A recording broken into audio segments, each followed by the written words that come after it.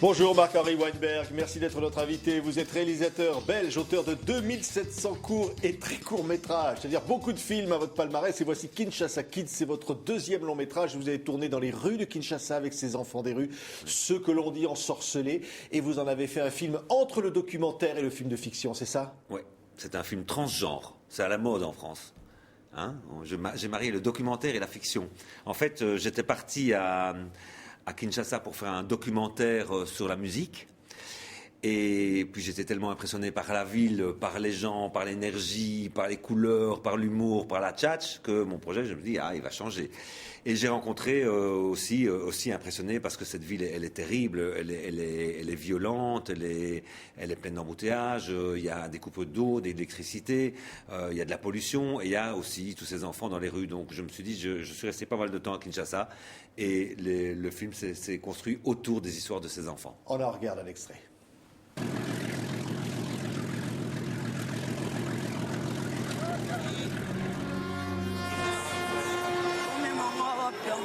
C'est la joie qu'on aime chaque jour. Au bas jusqu'à chaleur monte. Oh, il faut faire des guillotis.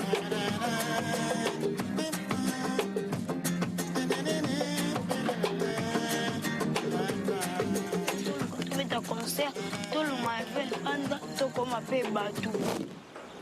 Monsieur. Ouais. Allons-y, qui t'a pas ce soir, alors? Chef, la zone répétée.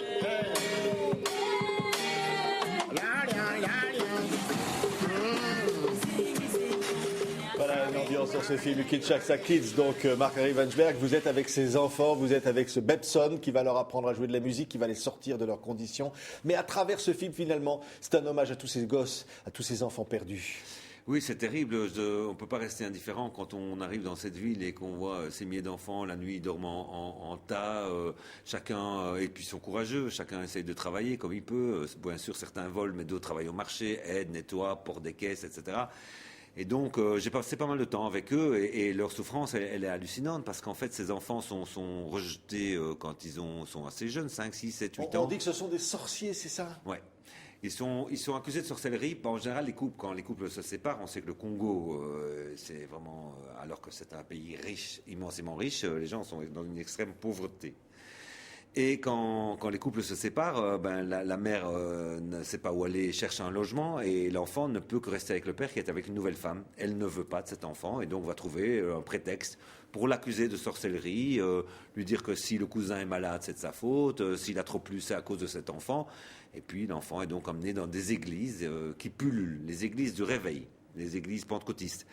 Et là, c'est pas béni pour ces pasteurs qui se sont un jour nommés pasteurs parce que ils ont estimé qu'ils avaient une révélation, qu'ils avaient un contact avec Dieu, et eux accueillent ces enfants en disant oui, c'est vrai, c'est un sorcier, et moi je vais le sauver. Et là, c'est le drame pour l'enfant parce que l'enfant reste dans l'église, subit des traumatismes psychologiques, on lui fait croire que c'est un sorcier, qu'il a tué des gens, on lui fait ingérer des substances dégueulasses, on lui met des substances dans le derrière, on l'attache, des piments dans les yeux, jusqu'à une séance qui est une séance publique de délivrance, ils appellent ça délivrance, où le pasteur va enlever le diable qui est dans ses enfants. C'est terrible, mais la musique est là comme une source de joie et de rédemption. Regardez.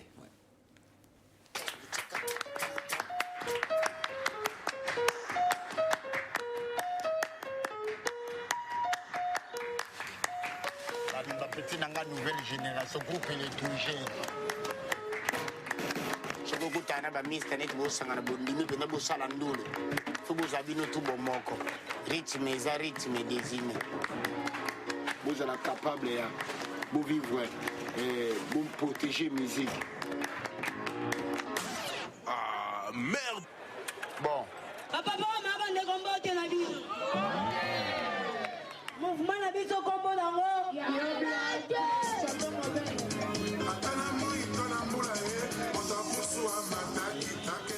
Les rues de Kinshasa, les enfants des rues, et vous, Marc-Henri Weinberg, au milieu d'eux, pour tourner donc ces images. Ce sont les gosses qui ont inventé le film avec vous, quelque part?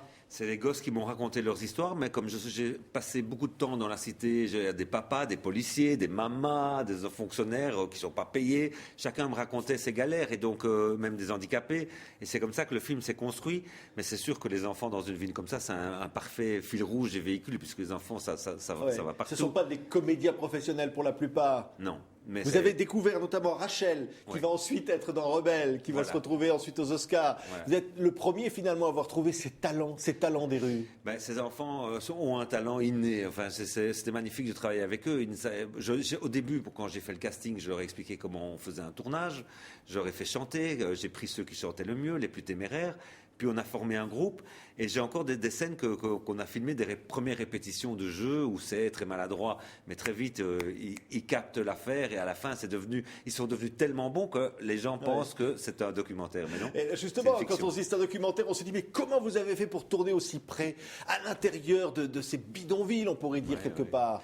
Mais malheureusement, c'est même pas un bidonville, c'est la cité, c'est incroyable, c'est le cœur de la ville, c'est le grand marché, et c'était pas simple tous les jours. Nous avions quand même quelques amis qui étaient près de nous et qui nous protégeaient en cas de soucis, parce que les gens, dans la tête des gens, on ne peut pas filmer au Congo. C'est quelque chose qui a été mis en place par Mobutu. C'était pratique de dire ceux qui filment sont des espions. Oui. Et donc, comme ça, mais ça a changé, donc vous avez pu filmer. Ça a changé, mais dans la tête des gens, c'est toujours, tu vois, filmer, c'est pas permis. Donc il y a toujours une tension, une agressivité. Dès qu'il y en a un qui dit tu peux pas filmer, il y a plein de gens qui viennent. Mais on a réussi. Il a fallu de la ténacité, il a fallu se faire casser la gueule quelquefois. Enfin, tout ça. Bon, le film est là. Vous avez vécu le film dans le film, quelque part. Oui. Ah ouais, le making-of était... J'avais une deuxième caméra pour faire le making-of. Malheureusement, on avait trop de soucis, on n'a pas pu le faire. Mais c'est une folie de faire un film comme ça. Non, quelque part. Oui, c'est une folie parce que voilà, quand j'ai commencé, je m'attendais pas à ce que ce soit si compliqué. Et en même temps, je suis terriblement heureux d'avoir fait ce film, d'avoir rencontré ces gens que j'aime et d'être en contact avec eux toujours. Parce que ça a continué après le film. Oui, parce que le projet était de filmer, mais d'essayer de faire quelque chose aussi. Donc Bepson, j'avais dit, je vais produire ton disque, le disque il est produit, et les enfants, vous allez retourner à l'école. Alors j'essaye. Maintenant, l'argent que j'ai donné a été détourné, parce que quand même, un peu la survie pour chacun. Terrible. Pour chacun. Mais les choses sont en voie de bien se passer. Merci, Marc Ravensberg. Ce film s'appelle Kinshasa Kids. Yes. Vraiment très étonnant. Comme vous l'avez dit, c'est une première, un film entre le documentaire et le film de fiction, mais c'est une grande vérité, en tout cas un film magnifique sur l'Afrique. Merci d'avoir été avec nous. Merci.